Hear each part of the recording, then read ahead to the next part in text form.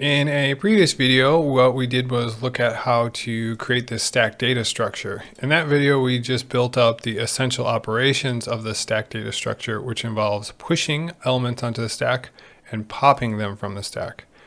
In addition, in another video, what we looked at are some secondary operations that we can add to our data structure.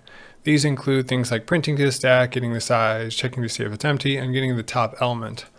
In this video, what we'll do is look at how we can add another secondary operation, and the one what we're going to do is reversing elements from the stack. So let's go ahead and start by adding a method, and we'll call this the reverse stack method. Now, the way we will go about reversing the stack is pretty simple. What we'll do is we will use two stacks.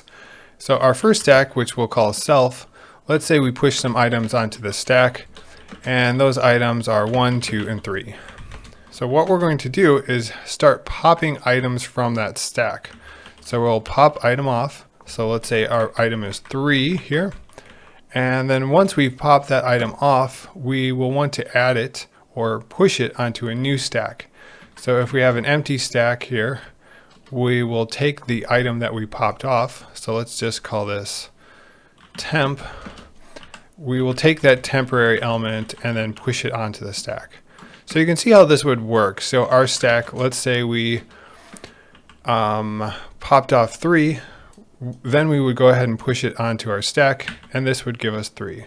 The next item we would pop off would be 2, and then when we push it onto our stack, it would give us 2.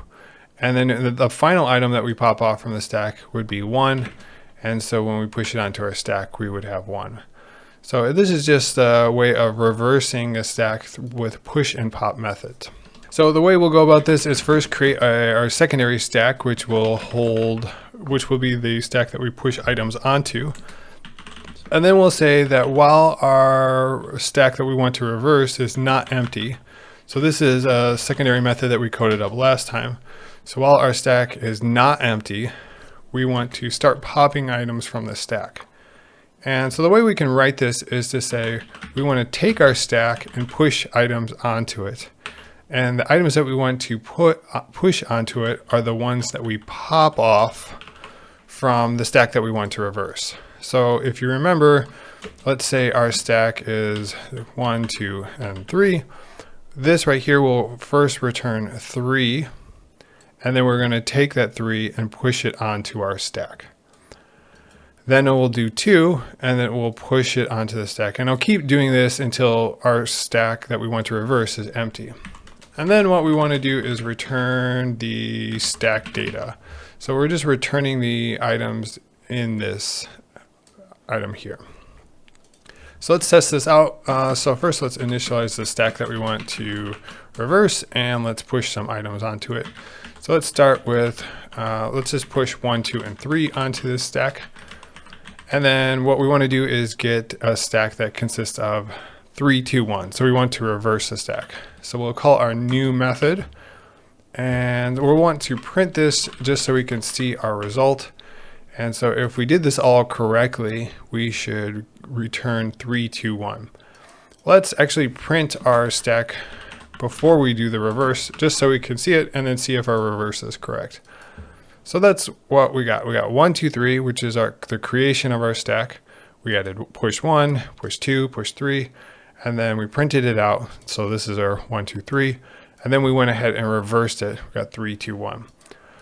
Let's do one more example here. Let's say instead of pushing integers, let's push a string, and let's push cat. So what we should get when we print the stack is CAT. And then when we reverse the stack, we should get TAC. So let's see if that is correct. If we go ahead and run the code, that's exactly right. We get CAT, and then we get the reverse TAC.